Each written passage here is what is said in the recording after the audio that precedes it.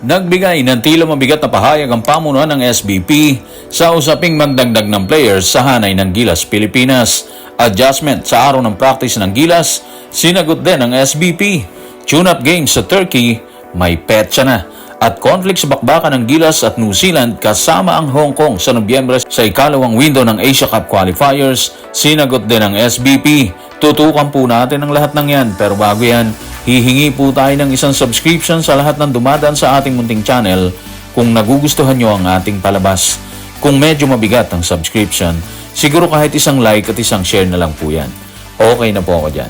Maraming salamat. Hanggang sa kasalukuyan, mainit pa rin pinag-uusapan ang posibilidad na magdagdag pa si Coach Tim Cone ng players sa Gilas Pilipinas. At para tuldukan ng usapin, minabuti nating ilathala ang sinabi ni Miss Erica Di sa isyong yan. Ano nga bang masasabi niya? May posibilidad pa ba na magdagdag ang Gilas sa kasalukuyan? Tutukan natin si Miss Erica Di sa report ni Roman Zures ng ABS-CBN News. Magsistick kami sa plano ni Coach Tim Cone kasama ang 12-man roster at 2 reserba. Ipinaliwanag na ni Coach Tim kung paano gumagana ang kanyang programa. Maikling camp lang to bago ang tournament. Kaya nung February, ang mga naging laro natin ay nung February 22 at 25. Pero nag-convene lang sila ng mga February 15. Tama na sa kanya yon. So guys, base kay Ma'am Erica Di, magsistick po sila sa 12-man lineup plus 2 reserve players. Sa tingin kasi ni Coach Tim Cone, tama na po yun. Enough na yun. And yung plano kasi niya talaga, same roster lang siya. Tapos yung mga laro nila, kasama yung ilang araw nilang practice bago yung bakbakan, yun ay yung magsisilbing pampalakas sa kanila. Kumbaga sa bawat bakbakan nila, doon sila huhugot ng lakas para sa susunod nilang schedule. Katulad ng February, unang window ng Asia Cup qualifiers. Practice sila ng ilang araw tapos 2 bakbakan, di ba? Yung naging bakbakan nila versus Hong Kong at Chinese Taipei, silbing training na rin po nila yon. Ganon din yung magiging laban nila sa Olympic qualifying tournament. Silbing training na rin nila yon para sa susunod na sked ng Gilas Pilipinas. At dahil hindi nagbago ang players, madali nilang makukuha yung chemistry na kailangan ng kupunan. Base sa naunang sked ng Gilas at sa mga pahayag na rin ng SBP at ni Coach Tim Cone, 10 araw ang inilaan nila para hasain ng players. At ngayon nahaharap sila sa matitigas na kupunan sa Europa sa Olympic qualifying tournament. Na tanong kung may adjustment bang gagawin para sa practice. Sa pananaw ni Miss Erica Di, posible ba na mas maaga silang mag-practice? Tutukan natin si Miss Erica Di sa report ni Roman Zures ng ABS-CBN News. Si Coach Tim ang nag-set ng schedule na yan. So siya yung may alam kung gaano katagal na preparation time ang kailangan niya. And yung June 22, siya nagdikta niyan. So guys, ibig sabihin ni Miss Erica Di, wala siya sa position para magbigay ng anumang assurance na posibleng magkaroon ng adjustment sa training, di ba? Si Coach Tim lang ang posibleng mag-adjust kung gusto niyang mas maaga. Kung gusto niya mas maaga mag-training.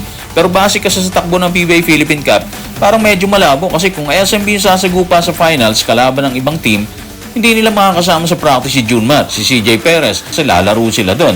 Meaning, kulang yung players. At kapag kulang ang players sa practice, mahirap hindi lang sa coach, kundi mag-isa players na wala din doon. Kasi kailangan talaga buo yung team or andun lahat para walang maiwan sa sistemang gustong ipatupad ni Coach Tim Cone.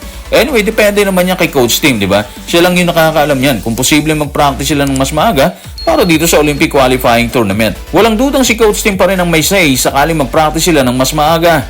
Pero sa tanong tungkol sa tune-up games na inilabas ng SBP, inilatag ni Miss Erica Di ang sked. Sino nga ba ang una nilang kalaban at kailan ito magaganap? Saan sila magmumula patungo ng Latvia para sa Olympic qualifying tournament?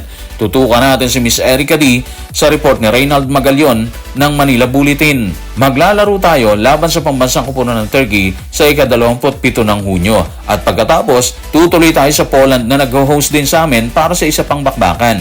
Mula sa Poland, diretso naman tayo sa Latvia para sa Olympic qualifiers. So sa 27th ng June, laban nila sa Turkey. May petsa na, di ba? Tapos nung tatawid naman sila sa Poland.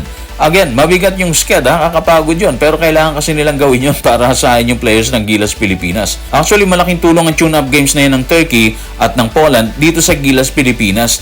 Tsak, dyan sila huhugot ng posibleng strategy once na nakaharap na nila yung Latvia at ang Georgia dito sa Olympic qualifying tournament. Maganda rin sanang mapanood yung dalawang tune-up games na yan. Pero hindi natin lang kung may magko-cover niyan eh. Siguro abang-abang na lang tayo sa mga update dito sa SOCMED once na naandun na sila sa Turkey at sa Poland. Pagkatapos niyan, aabangan naman natin ang Olympic qualifying tournament. Pagkatapos ng bakbakan ng Gilas sa Olympic qualifying tournament, haharap naman sila sa ikalawang window ng FIBA Asia Cup qualifiers sa Nobyembre. Sa palagay ni Miss Erica Di ng SBP, Hindi ba magkakaroon ng problema sa PBA, NCAA at UAAP ang schedule na bakbakan?